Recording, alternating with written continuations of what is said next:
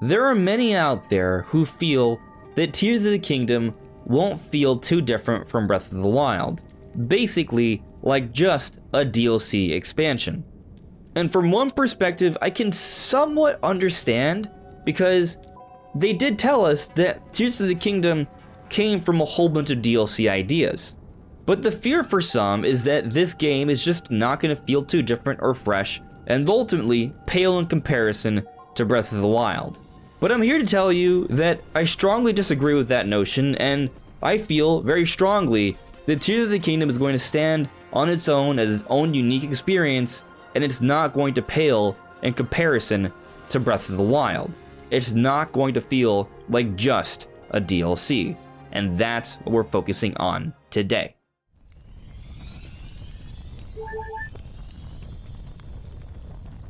Listen!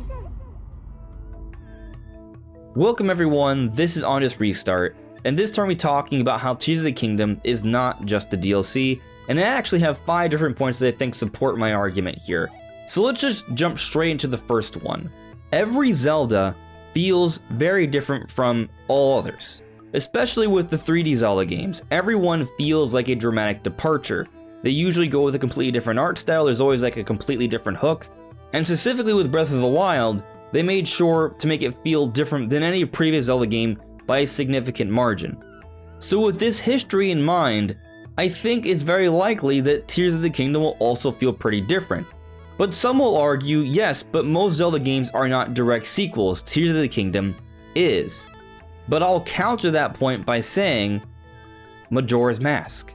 Majora's Mask was also a direct sequel to Ocarina of Time, yet it can be argued that that game feels more different than most other Zelda games.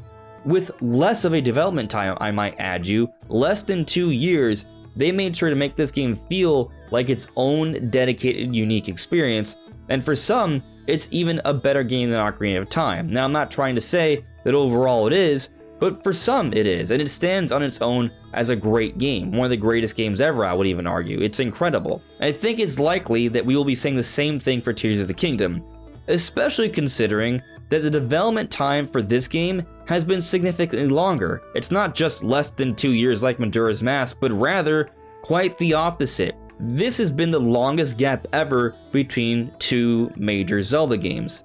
So in terms of this game feeling like a fresh new experience, there's more going for this than any previous Zelda actually.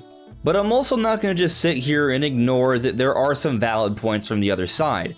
Because from everything we've seen so far of Tears of the Kingdom, well, it does look largely similar to Breath of the Wild. The art style is the same. Most other Zeldas have a unique art style. And at least with the Majora's Mask, there is a clear difference in tone. We haven't seen that much of Tears of the Kingdom, but I think the point goes both ways.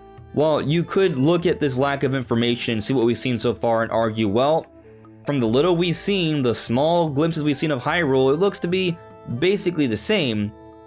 But then you could also argue with how little we've seen, perhaps there's actually a lot more differences than we realize. And this sort of brings you to my second point here, and that's how the game represents visually.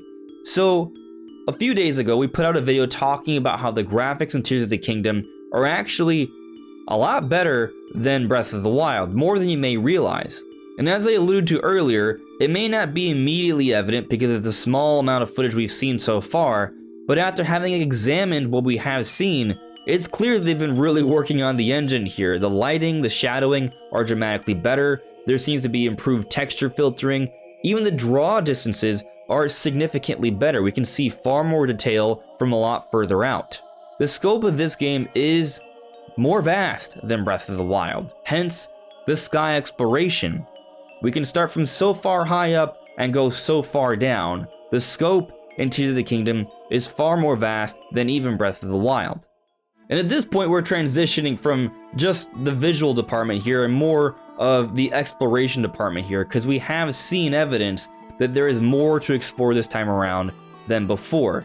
Yes, we've seen this huge focus on the sky, and I think because the only real significant new thing we've seen has been the sky, many think, okay, well, there's just a few islands in the sky.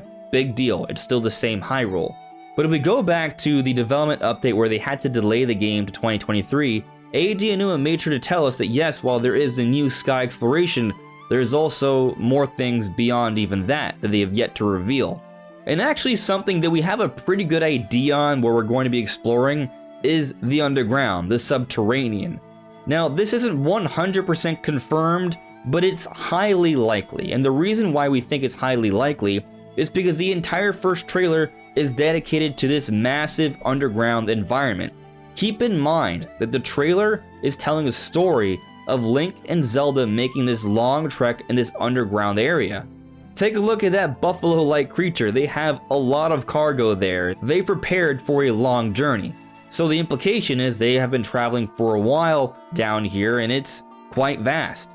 And if they're going to go through all this trouble to create all of these environments that are showing off improved lighting and shadowing engines, especially if you consider that we never see any real-time cutscenes that we can explore at some point in the future, but it's very likely that we're going to be able to explore it. Especially when you take into consideration that this is the sequel to Breath of the Wild, the game that was all about open exploration far more than any previous game. So I find it highly, highly unlikely that they would go through all of this trouble to show all of this massive underground environments and not let us explore it at some point or another. Again, I feel that people will just ignore that point and say, well, it's just a cutscene, we don't know for sure. And we don't know for sure, but based on how they've always shown us things throughout the Zelda series, if there's a cutscene where characters are exploring, we will be able to explore it as well.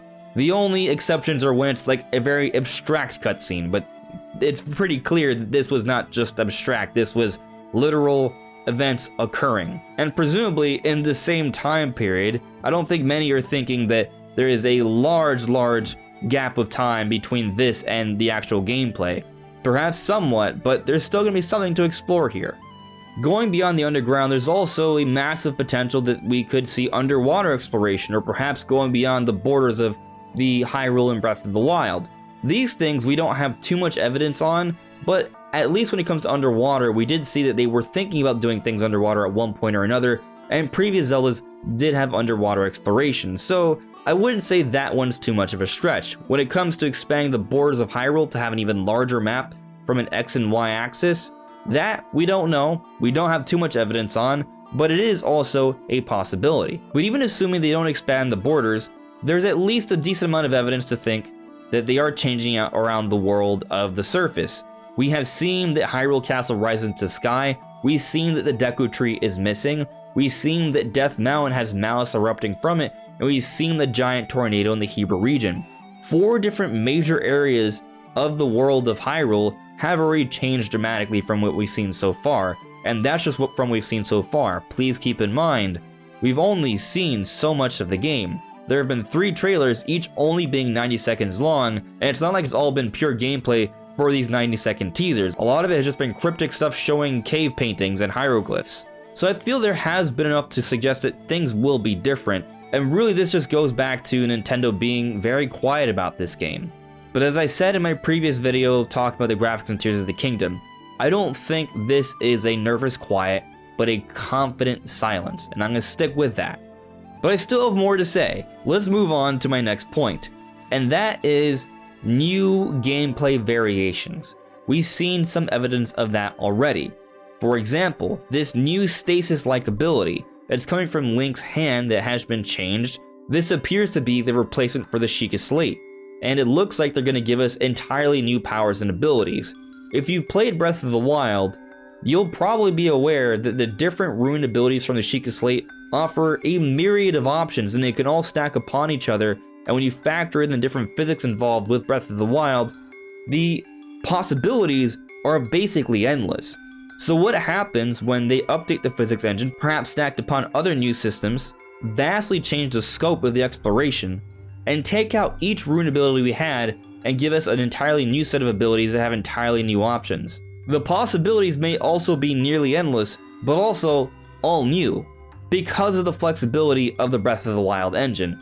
It's still fun to go back and play Breath of the Wild now. That's just how much replayability Breath of the Wild has. There's always something new that's being discovered in this game. So in Tears of the Kingdom, changing around all those systems for entirely new ones is going to lead to a myriad of other crazy possibilities that we're sure to be discovering new things for years later. I also feel it's worth mentioning we've seen some new mechanics beyond just that time stasis ability. We've seen Link having the ability to shoot upwards in like a puddle-like drop thing and phase through physical environments in the sky. That's sure to change around sky exploration. We've also seen patterns of new animations of Link using his bow in the sky, suggesting sky combat. And with the sky being a huge factor this time around, there is likely to be things going on in the sky that we have yet to see. Perhaps enemies, bosses, overworld bosses in the sky. Perhaps we could even be fighting dragons. There is that one frame that seems to show some sort of dragon, although I'll argue that that may just be one of the divine dragons, which will still be really cool to see in the sky. But still, the point is sky combat, which is something we've never seen before in a Zelda game, or really many games. So that's a whole other little wrinkle that's going to mix up things and make it feel more fresh and new. And for my final point, it's the story. We don't know 100%, but it's widely believed that the mummified creature in the first trailer is Ganondorf. And even if it's not specifically Ganondorf, it's clearly the source of the calamity, and it has a humanoid form, and they are alluding to a history with that quick flash of a silhouette. With a proper face being attached to the source of the calamity goes beyond just being a force of nature, but an actual character that could have personality, that could have dialogue, that could help to support a narrative and perhaps a rivalry with Link and Zelda. This will add to the overall story experience. And then I also feel that it should be added that this appears to all be happening in present time. So unlike Breath of the Wild that was mostly about flashbacks, this time around, it may be the case that most of the narrative will be happening at the same time, concurrently with the gameplay. And that may lead to perhaps a little bit better of a story, or at the very least, a different kind of story. And that will make a big difference in making this feel like a new, fresh experience. With that all said, I understand that some people are concerned because they just haven't shown us that much. But the Zelda team is coming off of one of the greatest games ever made in Breath of the Wild, and they've been putting more time into this game than ever before. Why should we doubt them now? They've never even made a bad game. I think with the longest development history ever for a Zelda game, things should be going pretty well. I suppose some could argue that this long amount of time and this silence could be a hint towards development problems, but for the same reason some will argue that this may feel too similar to Breath of the Wild, because it's building off of Breath of the Wild and using that world as a base, there are less issues that they're likely to run into, making development easier. Then I feel that the implication there is that all this extra time has been dedicated to improving the system, improving the performance, improving the visuals, and giving us new gameplay concepts and ideas and content that are ultimately going to make this game feel amazing. And I'll go a step further. I think you can actually argue the opposite. Instead of this just feeling like a DLC expansion, this could feel like such a grand improvement over Breath of the Wild that it may make the argument for being the true best open world game ever made. It has that kind of potential here. I do not feel that that's hyperbole given how successful Breath of the Wild was. If they improve upon it and bring in some innovations to make it feel fresh and new, it should be at least in that conversation.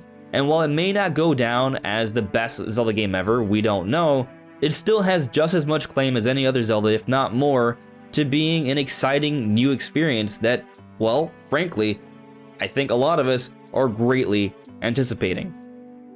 But what do you guys think? Let me know in the comments below. Anyways, everyone, this is On Just Restart. Thank you so much for listening and watching, and I'll see you all really soon. Take care.